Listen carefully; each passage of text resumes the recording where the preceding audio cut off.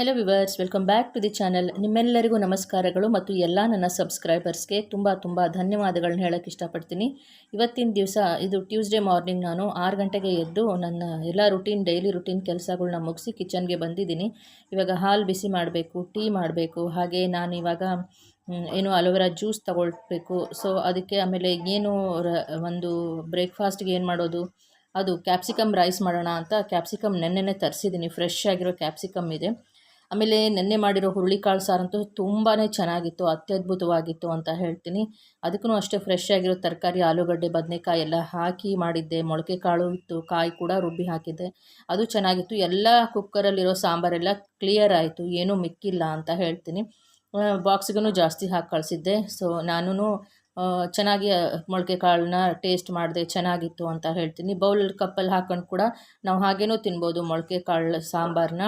ಏನಕ್ಕೆ ಅಂದರೆ ಆರೋಗ್ಯಕ್ಕೆ ಒಳ್ಳೆಯದು ಅಂತ.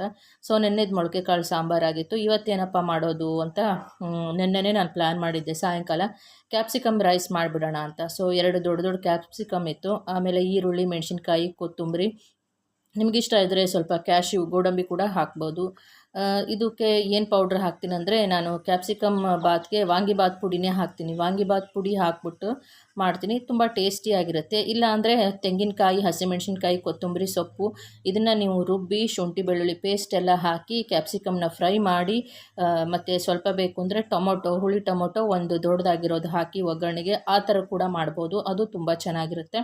ಇವತ್ತು ನಾನು ವಾಂಗಿಬಾತ್ ಪುಡಿ ಹಾಕಿನೇ ಬರೀ ಕ್ಯಾಪ್ಸಿಕಮ್ ಹಾಕಿ, ಅದೊಂದೇ ತರಕಾರಿ ಹಾಕ್ತೀನಿ, ಕ್ಯಾಪ್ಸಿಕಮ್ ಮಾತ್ರ ಹಾಕ್ತೀನಿ, ಬೇರೆ ಇನ್ನೇನು ಹಾಕಲ್ಲ. ಇವಾಗ ಇಲ್ಲಿ ಟೀ ಮಾಡ್ತಾಯಿದ್ದೀನಿ. ನಮ್ಮ ಮನೆಯವ್ರಿಗೆ 1 ಕಪ್ ಟೀ ಮಾಡ್ತೀನಿ ಅಷ್ಟೇ. ಅವ್ರಿಗೆ ಮಾರ್ನಿಂಗ್ ಎದ್ದ ತಕ್ಷಣ ಟೀ ಬೇಕು. ನಮ್ಮ ಬೆಂಗಳೂರು ವೆದರು ತುಂಬ ಕೂಲಾಗಿದೆಯಪ್ಪ, ತುಂಬ ತಂಪಾಗಿದೆ ವಾತಾವರಣ. ಊಟಿ ಮುನ್ನಾರ್ ಥರ ಆಗಿದೆ ಅಂತ ಹೇಳೋಕ್ಕೆ ಇಷ್ಟಪಡ್ತೀನಿ. ಹೌದು, ನಮ್ಮ ಬೆಂಗಳೂರು ಯಾವಾಗಲೂ ಹಾಗೇ. ಮಾರ್ನಿಂಗ್ ಅಂತೂ ಬೆಳಗ್ಗೆ ಎದ್ದಾಗ ಊಟಿ ಮುನ್ನಾರ್ ಥರನೇ ಒಂದು ವೆದರ್ ಇರುತ್ತೆ ಅಂತ ಹೇಳ್ತೀನಿ. ಸೊ ಆಮೇಲೆ ಮಧ್ಯಾಹ್ನ ಸ್ವಲ್ಪ ಏನಾದರೂ ಬಿಸಿಲು ಇದ್ದರೂ ಇರುತ್ತೆ. ತದನಂತರ ಮತ್ತು ಅಗೇನ್ ಸಾಯಂಕಾಲ ಸ್ವಲ್ಪ ತಂಪಾಗಿರುತ್ತೆ ಅಂತ ಹೇಳ್ತೀನಿ. ಇವಾಗ ಸಮ್ಮರ್ ಮುಗೀತು, ಒಳ್ಳೆ ಸೀಸನ್ ಸ್ಟಾರ್ಟ್ ಆಗಿದೆ, ರೇನಿ ಸೀಸನ್ನು. ಅದ್ರ ಜೊತೆಗೆ ತಂಪಾದ ಒಂದು ವಾತಾವರಣ, ಹವಾಗುಣ ಅಂತ ಹೇಳ್ತೀನಿ. ನಾನು ರೇಡಿಯೋನಲ್ಲಿ, ಟಿ ವಿನಲ್ಲಿ ಕೂಡ ಒಂದು ಬೆಂಗಳೂರಿನ ವಾತಾವರಣದ ಬಗ್ಗೆನೂ ಕೇಳ್ತಾ ಇರ್ತೀನಿ.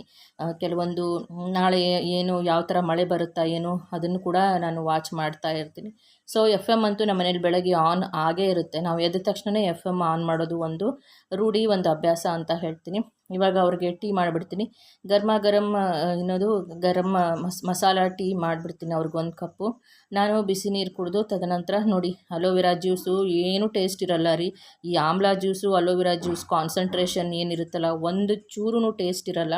ಆದ್ರೂ ಏನು ಮಾಡೋಕ್ಕಾಗಲ್ಲ, ಕುಡಿಬೇಕಾಗುತ್ತೆ ನಮ್ಮ ಆರೋಗ್ಯಕ್ಕೋಸ್ಕರ ಅಂತಲೇ ಹೇಳ್ತೀನಿ. ಇವಾಗ ಅದನ್ನೇ ಒಂದು ಕ್ಯಾಪ್ ಇರುತ್ತಲ್ಲ, ಅದರಿಂದ ಒಂದು 30 ಇಲ್ಲ 40 ml ಹಾಕ್ಬಿಟ್ಟು ಆಮೇಲೆ ನೀರು ಮಿಕ್ಸ್ ಮಾಡ್ಕೊಂಡು ಕುಡಿಯೋದು. ಲಾಸ್ಟ್ ಟೈಮು ನಾನು ನಿಮ್ಮ ಜೊತೆ ಶೇರ್ ಮಾಡಿದ್ದೀನಿ. ಹೊಸ ವ್ಯೂವರ್ಸ್ ಯಾರು ಇರ್ತಾರಲ್ಲ, ಯಾರು ವಾಚ್ ಮಾಡ್ತಾ ಇರ್ತಾರೆ ಹೊಸ ವ್ಯೂವರ್ಸು, ಅವ್ರಿಗೆ ನಾನು ಇದನ್ನು ಹೇಳ್ತಾ ಇರ್ತೀನಿ ಅಷ್ಟೇ. ಪದೇ ಹೇಳ್ತಾಳೆ ಅಂತ ಬೇಜಾರು ಮಾಡ್ಕೊಳ್ಬೇಡಿ. ತುಂಬ ಚಳಿ ಇದೆ. ಮತ್ತು ಆಮೇಲೆ ನಾನು ರೂಮ್ಗೆ ಹೋಗ್ಬಿಟ್ಟು ಸ್ವೆಟರ್ ತೊಗೊಂಡು ಬಂದು ಸ್ವೆಟರ್ ಕೂಡ ಹಾಕ್ಕೊಂಡೆ. ನೋಡಿ, ನಾನು ಕುಡಿಯೋಕ್ಕೆ ಇಷ್ಟ ಆಗಲ್ಲ, ಅದ್ರ ಟೇಸ್ಟೇ ನನಗೆ ಹಿಡಿಸಲ್ಲ, ಬಟ್ ಆದ್ರೂ ಕುಡಿಬೇಕಾಗತ್ತೆ. ಇದಾಗಿ ಒಂದು ಅರ್ಧ ಗಂಟೆ ಆದಮೇಲೆ ಗ್ರೀನ್ ಟೀನ ಆದರೂ ಕುಡಿಬೋದು, ಇಲ್ಲ ರಾಗಿ ಮಾಲ್ಟ್ ಆದರೂ ಕುಡಿಬೋದು, ಅರ್ಧ ಮುಕ್ಕಾಲು ಗಂಟೆ ಆದಮೇಲೆ. ಸೊ ನಾವು ಕುಡಿದ ತಕ್ಷಣವೇ 2 ದಿವಸದಲ್ಲಿ ನಮ್ಗೆ ಯಾವುದೂ ರಿಸಲ್ಟ್ ಗೊತ್ತಾಗಲ್ಲ. ಅದನ್ನು ಒಂದು 3 ಬಾಟಲ್ಸ್ ಆದರೂ ಖಾಲಿ ಮಾಡಬೇಕು ನಾವು. ಅಂದರೆ 3 ಮಂತ್ಸ್ ಆದರೂ ಅದನ್ನು ನಾವು ಯಾವುದೇ ಆಮ್ಲಾ ಜ್ಯೂಸ್ ಕಾನ್ಸಂಟ್ರೇಷನ್ ಆಗಲಿ, ಅಲೋವೆರಾ ಜ್ಯೂಸ್ ಕಾನ್ಸಂಟ್ರೇಷನ್ ಆಗಲಿ ಕಂಟಿನ್ಯೂಸ್ ಆಗಿ ಬೆಳಗ್ಗೆ ಖಾಲಿ ಹೊಟ್ಟೆನಲ್ಲಿ ಒಂದು 3 ಮಂತ್ಸ್ ಆದರೂ ತಗೊಳ್ಳೋದ್ರಿಂದ ರಿಸಲ್ಟ್ ಗೊತ್ತಾಗುತ್ತೆ. ಒಂದು ಸ್ಕಿನ್ನು, ಹೇರು ಅದರಿಂದ ಗೊತ್ತಾಗುತ್ತೆ. ಕಣ್ಣುಗಳು, ಒಂದು ಕಾಂತಿ, ಅದೆಲ್ಲನೂ ಗೊತ್ತಾಗುತ್ತೆ ಅಂತ ಹೇಳ್ತೀನಿ. ಯಾರು ತುಂಬ ಹೊರಗಡೆ ಪೊಲ್ಯೂಷನಲ್ಲಿ ಓಡಾಡ್ತಿರ್ತೀರ ಅವ್ರಿಗೂ ಇದು ಒಳ್ಳೆಯದು ಅಂತ ಹೇಳ್ತೀನಿ. ಮಾರ್ನಿಂಗ್ ಸ್ಮೈಲ್ ಆಗಿರೋ ಫೇಸ್ ಇದ್ದರೆ ತುಂಬ ಖುಷಿ ಆಗುತ್ತೆ ಅಲ್ವಾ. ನೋಡಿ, ನಾನು ರೂಮ್ಗೆ ಹೋಗ್ಬಿಟ್ಟು ನನ್ನ ಸ್ವೆಟ್ ಶರ್ಟ್ ಹಾಕ್ಕೊಂಡು ಬಂದುಬಿಟ್ಟೆ. ನಾನು ತುಂಬ ಚಳಿ ಆಗ್ತಾಯಿದೆ ನನಗೆ. ನಮ್ಮ ಮನೇಲಿ ಇದು ಯುಟಿಲಿಟಿ ಡೋರು ಓಪನ್ ಮಾಡಿರ್ತೀವಿ, ಹೊರಗಡೆ ಡೋರು ಓಪನ್ ಮಾಡಿರ್ತೀವಿ, ಎಲ್ಲ ವಿಂಡೋಸ್ ಓಪನ್ ಮಾಡಿರ್ತೀವಿ. ಯಾಕೆಂದರೆ ಬೆಳಗ್ಗೆ ಮನೆಯೊಳಗಡೆ ಒಂದು ಒಳ್ಳೆ ಪಾಸಿಟಿವ್ ವೈಬ್ಸ್ ಬರಬೇಕು. ಗಾಳಿನ ಎಲ್ಲ ಮನೆಯಲ್ಲಿ ಓಡಾಡ್ತಾ ಇರಬೇಕು. ಮನೆಯಲ್ಲಿ ಸೂರ್ಯನ ಕಿರಣ, ಗಾಳಿ ಬಂದ್ರೇ ಮನೆಯಲ್ಲಿರೋ ಎಲ್ಲ ನೆಗೆಟಿವ್ ಪವರ್ಸ್ ಏನಿರುತ್ತೆ ಹೊರಟು ಹೋಗುತ್ತೆ. ಅದಕ್ಕೋಸ್ಕರ ಮನೆ ಕ್ಲೆನ್ಸಿಂಗ್ ಆಗಬೇಕು. ನೈಟೆಲ್ಲ ತುಂಬ ಡಾರ್ಕ್ ಇರುತ್ತೆ ಅಲ್ವಾ, ಮನೆ ಬಾಗಿಲೆಲ್ಲ ಮುಚ್ಚಿಬಿಟ್ಟಿರ್ತೀವಿ, ನಮ್ಮ ಬ್ರೀದಿಂಗ್ ಇರುತ್ತೆ. ಸೊ ನಾವು ಹೊರಗಡೆ ಓಡಾಡಿ ಬಂದಿರ್ತೀವಿ. ಸೊ ಅದಕ್ಕಾಗಿಯೇ ತುಂಬ ಡಾರ್ಕ್ ಇರುತ್ತಲ್ವ, ಮತ್ತು ಮೈಲಿಗೆ ಬಟ್ಟೆಗಳಿರುತ್ತೆ, ಇದೆಲ್ಲನೂ ಇರೋದ್ರಿಂದ ಆ ಡಾರ್ಕಲ್ಲಿ ತುಂಬ ನೆಗೆಟಿವಿಟಿ ಕೂಡ ಇದ್ದರೂ ಇರುತ್ತೆ. ಅದೆಲ್ಲ ಕ್ಲೆನ್ಸ್ ಆಗಬೇಕು, ಕ್ಲಿಯರ್ ಆಗಬೇಕು ಅಂದರೆ ಬೆಳಗ್ಗೆ ಎದ್ದ ತಕ್ಷಣ ನಾವು ಎಲ್ಲ ಬಾಗಿಲು, ಮೇನ್ ಡೋರ್ ಫಸ್ಟು, ಎಷ್ಟನ ಮಳೆ ಇರಲಿ, ಈಗ ಸ್ವಲ್ಪ ಗಾಳಿ ಇರಲಿ, ಮೇನ್ ಡೋರ್ ಓಪನ್ ಮಾಡಬೇಕು. ಹಾಲಲ್ಲಿ ಇಲ್ಲ ಬೆಡ್ರೂಮಲ್ಲಿರೋ ಕಿಟಕಿಗಳ್ನ ಒಂದೊಂದಾದರೂ ಅಟ್ಲೀಸ್ಟ್ 2 ಕಿಟಕಿ ಇದೆ ಅಂದರೆ ಒಂದಾದರೂ ಒಂದು ಸೈಡ್ ಓಪನ್ ಮಾಡಬೇಕು, ಸ್ವಲ್ಪ ಗಾಳಿ ಆಡಬೇಕು ಅಂತಲೇ ಹೇಳ್ತೀನಿ. ಆವಾಗ ನಮ್ಮ ಆರೋಗ್ಯ, ನಮ್ಮ ಮನಸ್ಸು, ಮೈಂಡು ಫ್ರೆಶ್ ಆಗಿರುತ್ತೆ ಅಂತ ಹೇಳ್ತೀನಿ. ಇವಾಗ ನಾನು ಇಲ್ಲೊಂದು ಕಡಾಯಿ ಇಟ್ಕೊಂಡು ಒಗ್ಗರಣೆ ಮಾಡ್ತಾಯಿದ್ದೀನಿ. ಆ ಕ್ಯಾಪ್ಸಿಕಮ್ಮು, ಈರುಳ್ಳಿ ಎಲ್ಲ ಚಾಪ್ ಮಾಡಿ ಇಟ್ಕೊಂಡಿದ್ದೀನಿ. ಸೊ ಆಯಿಲನ್ನು ಸ್ವಲ್ಪನೇ ನಾನು ಹಾಕ್ತೀನಿ, ಒಂದು ಮೀಡಿಯಮ್ ಅಷ್ಟೇ ಹಾಕ್ತೀನಿ ಅಂತ ಹೇಳ್ತೀನಿ. 1 ಪಾವಷ್ಟು, ಒಂದಕ್ಕಿಂತ ಸ್ವಲ್ಪ ಜಾಸ್ತಿನೇ ಪಾವಷ್ಟು ನಾನು ಒಂದ್ರ ಮೇಲೆ ಸ್ವಲ್ಪ ಒಂದು ಮುಷ್ಟಿಯಷ್ಟು ಅಕ್ಕಿ ಹಾಕಿದ್ದೀನಿ. 1 ಪಾವ್ ಮೇಲೆ 1 ಮುಷ್ಟಿಯಷ್ಟು ಅಕ್ಕಿ ಹಾಕಿ ರೈಸ್ ಮಾಡಿದ್ದೀನಿ ಒಂದು ಕಡೆ. ಇಲ್ಲಿ ಕಡಾಯಿನಲ್ಲಿ ಎಲ್ಲ ಒಗ್ಗರಣೆಗಳ್ನ ಹಾಕಿ ಇವಾಗ ನಾನು ಅದಕ್ಕೆ ಗೊಜ್ಜು ರೆಡಿ ಮಾಡ್ಕೊಳ್ತೀನಿ. ಕ್ಯಾಪ್ಸಿಕಮ್ಮು, ಈರುಳ್ಳಿ ಮತ್ತು ಒಗ್ಗರಣೆ ಎಲ್ಲ ಹಾಕಿ, ಟೊಮೊಟೊ, ಕರಿಬೇವು, ಕೊತ್ತಂಬರಿ ಇದೆಲ್ಲನೂ ಹಾಕಿ, ಕಡಲೆಬೇಳೆ, ಉದ್ದಿನಬೇಳೆ ಇದೆಲ್ಲ ಹಾಕಿ ಫಸ್ಟು ಗೊಜ್ಜು ಅಂದರೆ ಒಗ್ಗರಣೆ ಅಂತ ಹೇಳ್ತೀವಲ್ಲ, ಅದಕ್ಕೆ ಪಲ್ಯ, ಅದನ್ನು ಮಿಕ್ಸ್ ಮಾಡ್ಕೊಳ್ಳೋಕ್ಕೆ ಗೊಜ್ಜು ಅದನ್ನು ರೆಡಿ ಮಾಡ್ಕೊಳ್ತೀನಿ. ಅದಾದಮೇಲೆ ಒಂದು ಸೈಡ್ ಆ ಕಡೆ ನೋಡಿ ಸ್ಟೀಲ್ ಕುಕ್ಕರಲ್ಲಿ ರೈಸ್ ಇಟ್ಟಿದ್ದೀನಿ. ಆ ರೈಸು ಸಂಪೂರ್ಣವಾಗಿ ಸ್ವಲ್ಪ ತಣ್ಣಗಾದ್ಮೇಲೆ, ಕುಕ್ಕರ್ ತಣ್ಣಗಾದ್ಮೇಲೆ ಈ ಗೊಜ್ಜಿಗೆ ನಾವು ಅನ್ನನ ಮಿಕ್ಸ್ ಮಾಡ್ಕೊಳ್ಳೋದು. ಅಷ್ಟೇ, ತುಂಬ ಈಸಿಯಾಗಿರೋ ಒಂದು ಬ್ರೇಕ್ಫಾಸ್ಟ್ ಅಂತ ಹೇಳ್ತೀನಿ. ನಮ್ಮ ಮನೆಯವ್ರಿಗೆ ಈ ಚಪಾತಿ ಬ್ರೇಕ್ಫಾಸ್ಟ್ಗೆ ಅಷ್ಟೊಂದು ಲಂಚ್ ಬಾಕ್ಸ್ಗೆ ಇಷ್ಟ ಆಗೋಲ್ಲ. ನನಗೆ ಲಂಚ್ ಬಾಕ್ಸ್ಗೆ ಚಪಾತಿ, ಈ ಥರದ ಜೋಳದ ರೊಟ್ಟಿ ಇದ್ದರೆ ನಂಗೆ ತುಂಬ ಇಷ್ಟ ಆಗುತ್ತೆ. ಯಾಕೆಂದರೆ ಅದು ಒಂದು ಲೈಟ್ ಫುಡ್ ಇರುತ್ತೆ, ಹೆವಿ ಅನಿಸಲ್ಲ. ಅದನ್ನು ಎಷ್ಟು ತಿಂದರೂ ನಮಗೇನು ಒಂದು ಟಯರ್ಡ್ ಅನಿಸಲ್ಲ, ನಿದ್ದೆ ಬರೋ ಥರ ಆಗೋಲ್ಲ, ತೂಕಡಿಕೆ ಬರೋ ಥರ ಆಗೋಲ್ಲ. ರೈಸ್ ಏನಂದರೆ ಇದು ಸ್ವಲ್ಪ ಲೇಜಿ ಮಾಡುತ್ತೆ, ಆಮೇಲೆ ತೂಕಡಿಕೆ ಬರುತ್ತೆ. ಸೊ ಅದಕ್ಕಾಗಿಯೇ. ಬಟ್ ಇಲ್ಲಿರೋರಿಗೆ, ಬೆಂಗಳೂರಲ್ಲಿರೋರಿಗೆ ರೈಸ್ ಐಟಮು, ಇಡ್ಲಿ, ದೋಸೆ ಅಂದರೆ ತುಂಬಾ ಇಷ್ಟ ನನಗೆ. ಆದರೆ ನನಗೆ ಲಂಚ್ ಬಾಕ್ಸ್ಗೆ ಚಪಾತಿ ಮತ್ತು ಕಾಳು ಪಲ್ಯಗಳು, ಸೊಪ್ಪಿನ ಪಲ್ಯಗಳು ಇದ್ದರೆ ನಂಗೆ ತುಂಬ ಇಷ್ಟ ಆಗುತ್ತೆ ಈ ಥರ. ಸೊ ಅವ್ರಿಗೇನು ಬೇಕು, ಅವ್ರಿಗೇನು ಇಷ್ಟ ಆಗುತ್ತೆ ಅದನ್ನೇ ನಾನು ಅವ್ರ ಲಂಚ್ ಬಾಕ್ಸ್ಗೆ ರೆಡಿ ಮಾಡೋದು. ನನ್ನ ಇಷ್ಟದ ಪ್ರಕಾರ ಮಾಡಿದ್ರೆ ಅವ್ರಿಗೂ ತಿನ್ನೋದಕ್ಕೆ ಇಷ್ಟ ಆಗೋಲ್ಲ. ಯಾಕಮ್ಮ ಚಪಾತಿ ಬಾಕ್ಸ್ಗೆ ಹಾಕಿದೆ ಅಂತಲೂ ಹೇಳ್ತಾರೆ. ಆದರೆ ರಾತ್ರಿ ಮನೆಗೆ ಬಂದಾಗ ಊಟಕ್ಕೆ ಚಪಾತಿ, ಬಿಸಿ ಬಿಸಿ ಆಗಿರೋ ಏನಾದರೂ ತರಕಾರಿ ಸಾಂಬಾರು, ಇಲ್ಲ ಕಾಳು ಸಾರು, ಹುರುಳಿ ಕಾಳು ಸಾರು ಆ ಥರ ಇದ್ದರೆ ಅದ್ರ ಜೊತೆ ಕಾಂಬಿನೇಷನ್ ಆಗಿ ಚಪಾತಿ ಮಾಡಿರ್ತೀನಿ. ಸೊ ಈ ಥರ ಅದನ್ನೆಲ್ಲನೂ ನಾವು ನಮ್ಮ ಮನೆಯಲ್ಲಿ ಯಾವುದು ಎಷ್ಟು ಅಡುಗೆ ಮಾಡಿದಾಗ ಮಿಕ್ಕಿದೆ, ಸೊ ಅದಕ್ಕೆ ಯಾವುದನ್ನು ನಾವು ಮತ್ತೆ ಕಾಂಬಿನೇಷನ್ ಮಾಡ್ಬೋದು, ಅದು ಖಾಲಿ ಆಗೋದಕ್ಕೆ ಏನು ಮಾಡ್ಬೋದು ಅನ್ನೋದನ್ನು ನಾವು ಒಬ್ಬ ಗೃಹಿಣಿಯಾಗಿ ನೋಡಿಕೊಂಡು ಉಳಿತಾಯ ಇತಿಮಿತಿನಲ್ಲಿ ಎಲ್ಲ ನಾವು ಬಳಸ್ಕೊಂಡು ಅಡುಗೆ ಮಾಡಿದಾಗ ಒಂದು ಅಡುಗೆನೂ ವೇಸ್ಟ್ ಆಗೋಲ್ಲ, ಆಮೇಲೆ ಆರೋಗ್ಯನೂ ನಮಗೆ ಚೆನ್ನಾಗಿರುತ್ತೆ, ಆಮೇಲೆ ಉಳಿತಾಯನೂ ಆಗುತ್ತೆ ಅದರಿಂದ ಅಂತ ಹೇಳ್ತೀನಿ. ಅಂದರೆ ಸಾಂಬಾರು ಜಾಸ್ತಿ ಇದೆ, ಇನ್ನೊಂದೆರಡು ಪಲ್ಯ ಮಾಡಿದೆ ಅಂದರೆ ಸಾಂಬಾರು ಮಿಕ್ಕಿ ಹೋಗೋ ಥರ ಇರಬಾರ್ದು. ಸಾಂಬಾರು ಜಾಸ್ತಿ ಇದೆಯಾ, ಅದಕ್ಕೊಂದು ಸ್ವಲ್ಪ ಚಪಾತಿ ಹಿಟ್ಟು ಕಲಸಿ ಚಪಾತಿ ಮಾಡಿದ್ರಾಯ್ತು, ಇಲ್ಲ ಮುದ್ದೆ ಮಾಡಿದ್ರಾಯ್ತು, ಆವಾಗ ಸಾಂಬಾರು ಕೂಡ ಖಾಲಿ ಆಗುತ್ತೆ. ಹೀಗೆ ಅಂದರೆ ಯಾವುದಿದೆ ಯಾವುದಿಲ್ಲ ನೋಡಿಕೊಂಡು ಅಡ್ಜಸ್ಟ್ ಮಾಡಿ ನಾವು ಅಡುಗೆಗಳ್ನ ಮತ್ತು ತಿಂಡಿಗಳ್ನ ಮಾಡೋದನ್ನು ಸರಿಯಾಗಿ ಅಂದರೆ ಅದು ಒಂದು ಟ್ಯಾಲೆಂಟ್ ಅಂತಲೇ ಹೇಳ್ತೀನಿ. ಸೊ ಯಾವುದೂ ಮಿಕ್ಕಬಾರ್ದು, ಎಲ್ಲ ಖಾಲಿ ಆಗಬೇಕು ಅನ್ನೋ ಥರ ಮಾಡಿಕೊಂಡು ನೋಡಿಕೊಂಡು ಹೋಗಬೇಕು. ಇವಾಗ ನಾನಿಲ್ಲಿ ನಿಂತ್ಕೊಂಡು ಅರ್ಧ ಕಪ್ಪು ಬಿಸಿ ಬಿಸಿ ಆಗಿರೋ ಟೀ ಕುಡಿತಾ ಇದ್ದೀನಿ. ಇದ್ರ ಫುಲ್ ಕುಡಿತಾ ಇಲ್ಲ, ಹಾಫ್ ಕಪ್ ಕುಡಿತಾ ಇದ್ದೀನಿ. ಯಾಕೆಂದರೆ ಚಳಿ ಇದೆ, ತುಂಬ ತಂಪಾದ ಗಾಳಿ ಇದೆ, ಅದಕ್ಕೋಸ್ಕರ. ಬ್ರೇಕ್ಫಾಸ್ಟ್ ಆದಮೇಲೆ, ತಿಂದಾದಮೇಲೆ 11:30ಗೆ ಬ್ರೇಕ್ಫಾಸ್ಟ್ ತಿಂತೀನಲ್ವ, ಆವಾಗ ಬೇಕು ಅಂದರೆ ತಿಂದಾದಮೇಲೆ ಒಂದು ಗ್ರೀನ್ ಟೀ ಕುಡಿಬೇಕು ಅಂತ ನಾನು ಸುಮ್ಮನಾದೆ. ಸೊ ಇವಾಗ ಫ್ರೈ ಮಾಡ್ತಾ ಇದ್ದೀನಿ. ರುಚಿಗೆ ತಕ್ಕಷ್ಟು ಉಪ್ಪು, ಮಸಾಲೆ ಪುಡಿ ಮತ್ತು ನಿಧಾನಕ್ಕೆಲ್ಲ ನಾವು ಫ್ರೈ ಮಾಡಿಕೊಂಡು, ಕ್ಯಾಪ್ಸಿಕಮ್ ಎಲ್ಲ ನೀಟಾಗಿ ಫ್ರೈ ಆಗಬೇಕು, ಕ್ರಿಸ್ಪಿ ಕ್ರಂಚಿ ಆಗಿರಬೇಕು.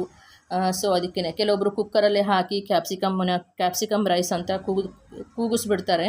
ಕುಕ್ಕರಲ್ಲಿ ಹಾಕಿದ್ರೆ ಕ್ಯಾಪ್ಸಿಕಮ್ಮು ಬೇಗ ಅದು ಮೆತ್ತಗಾಗ್ಬಿಡುತ್ತೆ, ಕ್ರಂಚಿ ಬೈಟ್ ಇರಲ್ಲ. ಒಗ್ಗರಣೆಯಲ್ಲಿ ಹಾಕಿ ನಾವು ಫ್ರೈ ಮಾಡಿದಾಗ ಕ್ರಂಚಿ ಬೈಟ್ ಇರುತ್ತೆ. ಸೊ ಹಾಗಾಗಿನೇ ಇವಾಗ ವಾಂಗಿಬಾತ್ ಪುಡಿನೇ ಹಾಕ್ಬಿಡ್ತಾ ಇದ್ದೀನಿ. ಸೊ ಸ್ವಲ್ಪ ಅದಕ್ಕೆ ಎಷ್ಟು ಬೇಕೋ ಅಷ್ಟು ವಾಂಗಿಬಾತ್ ಪುಡಿ ಹಾಕಿ ಸ್ವಲ್ಪ ಮಿಕ್ಸ್ ಮಾಡೋದು ಅಷ್ಟೇ. ಯಾರೆಲ್ಲ ಇನ್ನೂವರೆಗೂ ನನ್ನ ಚಾನಲ್ನ ಸಬ್ಸ್ಕ್ರೈಬ್ ಮಾಡಿಲ್ಲ, ದಯವಿಟ್ಟು ಪ್ಲೀಸ್ ಚಾನಲ್ನ ಸಬ್ಸ್ಕ್ರೈಬ್ ಮಾಡಿ, ಲೈಕ್ ಕೊಡಿ. ಹಾಗೆಯೇ ನಿಮ್ಮ ಫ್ರೆಂಡ್ಸ್ ಆ್ಯಂಡ್ ರಿಲೇಟಿವ್ಸ್ ಜೊತೆಗೆ ಈ ಚಾನಲ್ ಲಿಂಕ್ನ ಕೂಡ ಶೇರ್ ಮಾಡಿ. ಬೆಲ್ ಐಕನ್ ಮೇಲೆ ಪ್ರೆಸ್ ಮಾಡಿ, ಅದ್ರ ಜೊತೆಗೆ ಆಲ್ ಅಂತ ಇರುತ್ತೆ, ಅದನ್ನು ಸೆಲೆಕ್ಟ್ ಮಾಡಿ. ಸೊ ಆವಾಗ ನಿಮಗೆ ನಾನು ಹಾಕೋ ಎಲ್ಲ ಪೋಸ್ಟ್ ಮಾಡೋ ಎಲ್ಲ ವಿಡಿಯೋ ನೋಟಿಫಿಕೇಷನ್ ಕೂಡ ನಿಮಗೆ ಇಮ್ಮಿಡಿಯೇಟಾಗಿ ಬಂದು ತಲುಪುತ್ತೆ ಅಂತ ಹೇಳ್ತೀನಿ.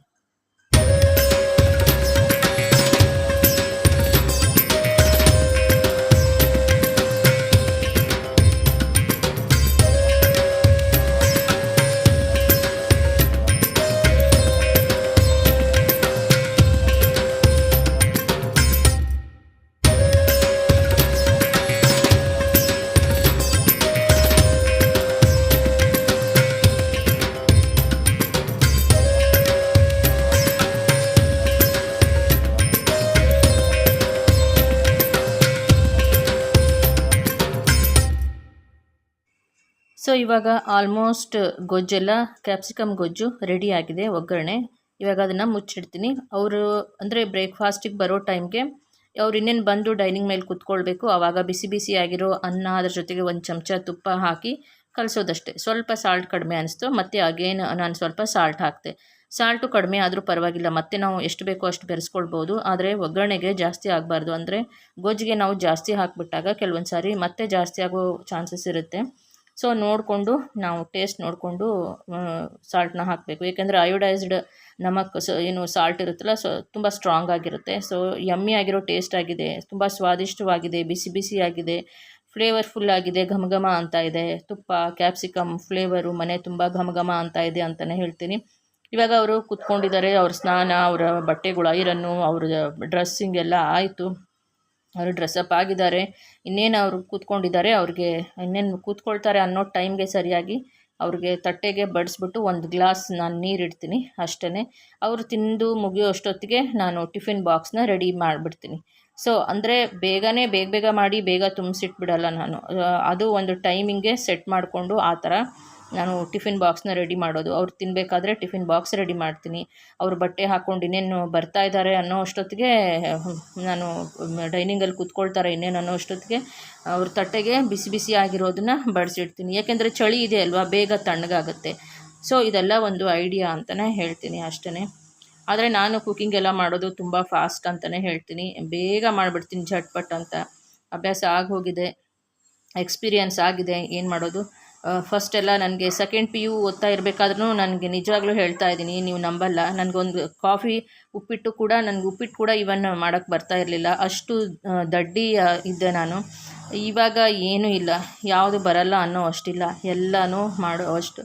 ಅದೇ ಹೇಳಿದ್ನಲ್ವಾ, ಅದೇ ಹಾಡ್ತಾ ರಾಗ, ಅದೇನೋ ನರಳ್ತಾ ರೋಗ, ಆಮೇಲೆ ಇನ್ನೊಂದು ಕಲಿಯೋವರೆಗೂ ಬ್ರಹ್ಮವಿದ್ಯೆ, ಕಲ್ತ ಮೇಲೆ ಕೋತಿ ವಿದ್ಯೆ ಅಂತ ಹೇಳ್ತಾರಲ್ಲ, ಹೀಗೆ ನಾವು ಯಾವ ಥರ ಅಭ್ಯಾಸ ಮಾಡ್ಕೊಳ್ತೀವಿ.